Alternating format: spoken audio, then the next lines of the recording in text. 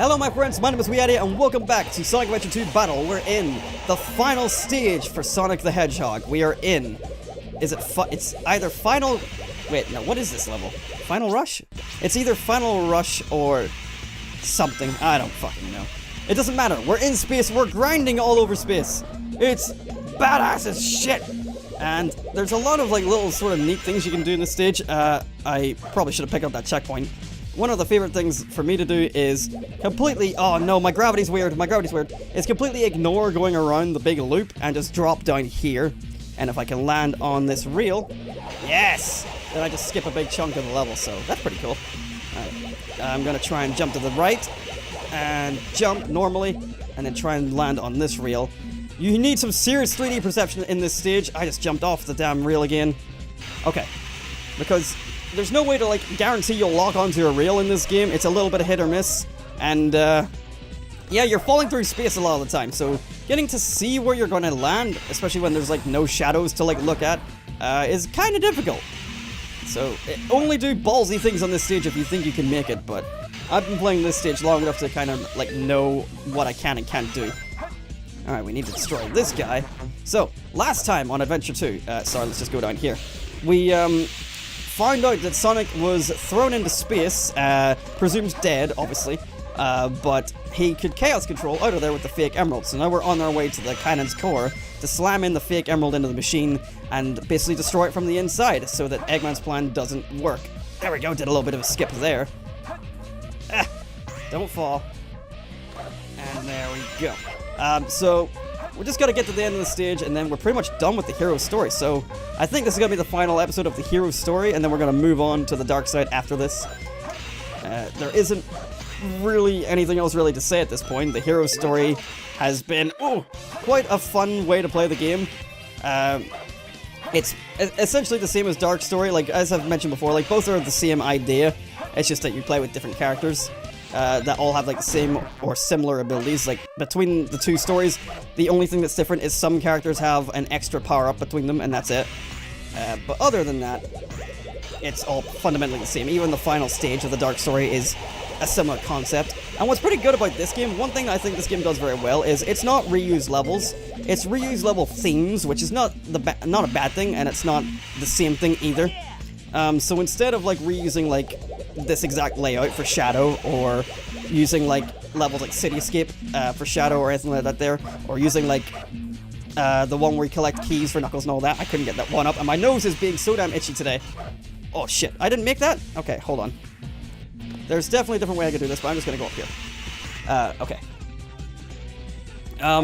Yeah, just despite all the differences, all the things that are like cool about this stage, Adventure 2 does not reuse stages, they sort of reuse the things.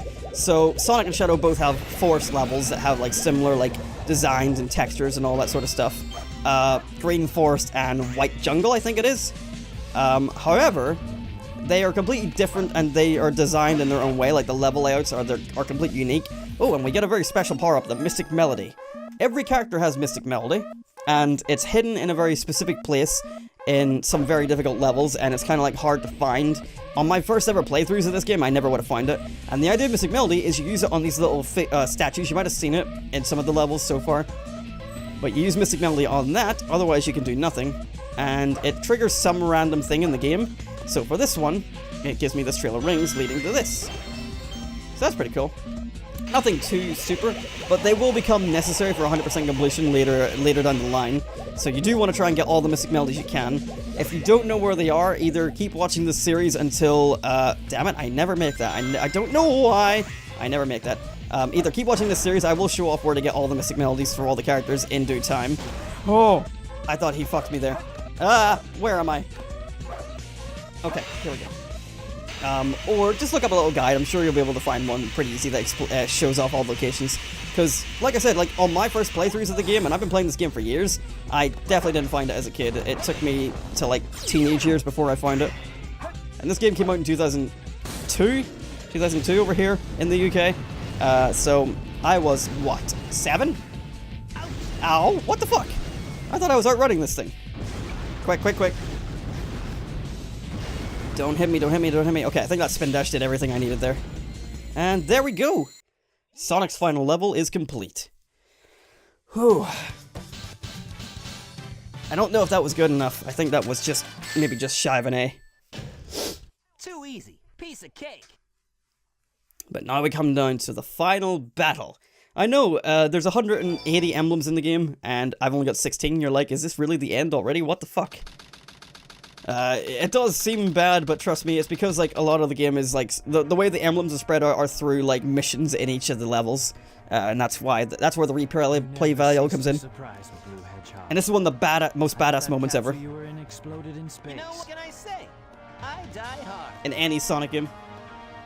You actually saved me, you know. It was a Chaos Emerald, wasn't it?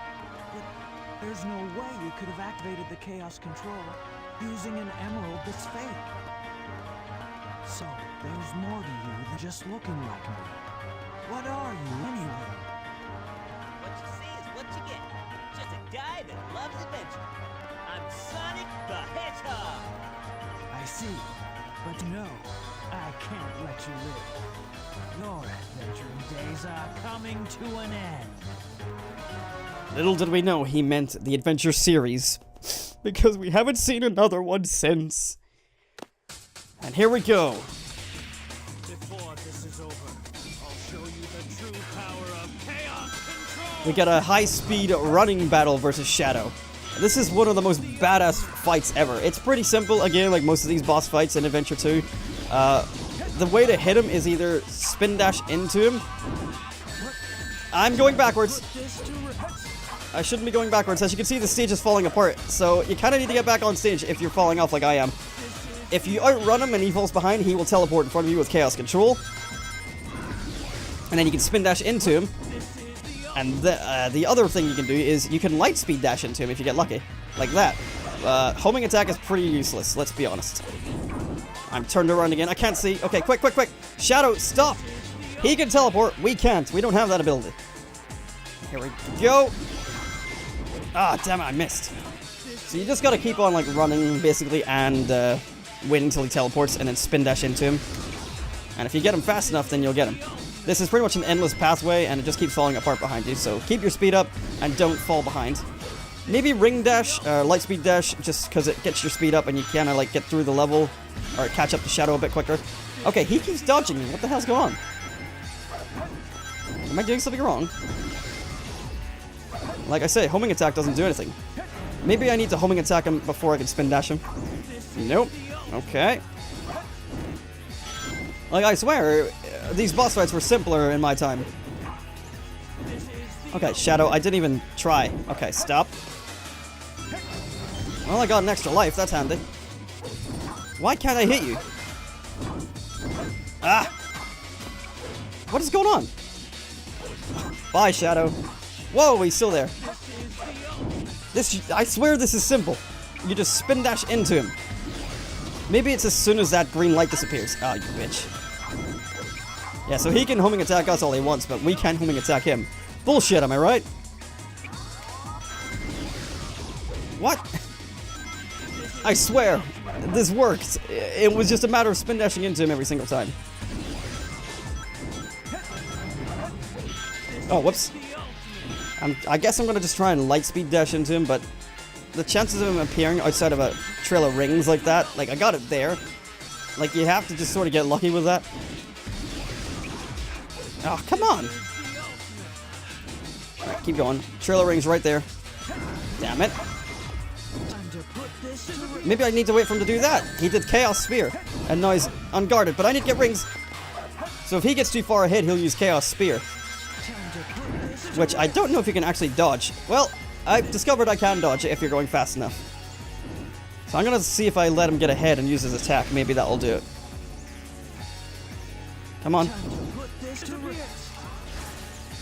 There we go, okay. I swear, as a kid, I never had to wait for that. I could just spin dash, spin dash, spin dash, and I would just get hit after hit after hit. Maybe the HD ports have changed that a little bit, but I was pretty certain they were the exact same game, just upgraded graphics. But here we go. Eggman is dying. Sonic, I did it.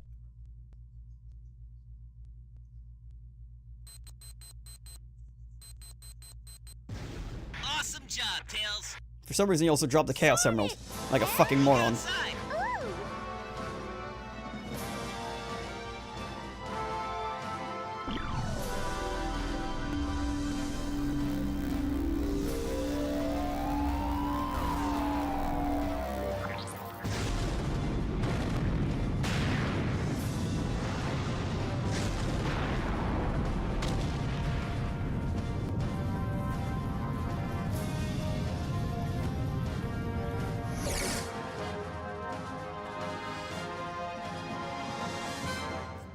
Yeah, we did it!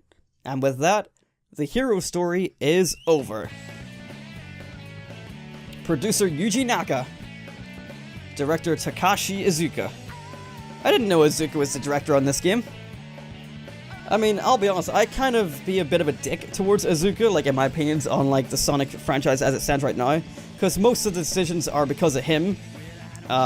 So I didn't know he was the director on this game, or whatever it was he was on this game, so I'm sorry, Iizuka. But go back to a good game like this, and maybe we won't be so harsh on you in future. And that's Sonic Adventure 2, at least the hero side. So it's nice and short, it's pretty fast to fly through, especially when you know the stages and know the controls very well. It's good. It's a good game. I always have a blast playing this, and I still have more things I want to talk about in terms of my opinions on the game. Obviously, I will bring this up in future episodes whenever we're playing Shadow, the Dark Side, which is Shadow, Rouge, and Eggman. But I just wish that the Sonic series could be this again. Like, they tried to do it with Sonic 06, and I know people don't like Sonic 06, but let's be honest, it kind of did it well. It's just that they didn't get it finished, they didn't, you know, they had to rush it for Christmas, and that's why it sucked ass, which is a common problem in the Sonic franchise. But it had, like, the same idea, like, it had 3 stories, Sonic, Shadow, and Silver, and they all played fundamentally the same. Silver was the most different out of the 3. So kind of like Sonic Adventure 2, where like you had Sonic and Shadow, it was mostly that, but inside those storylines you had alternate characters to play as well. So Tails and Knuckles could be playable in Sonic's story, Rouge and Omega were playable in Shadow's, and then you had, was Amy playable?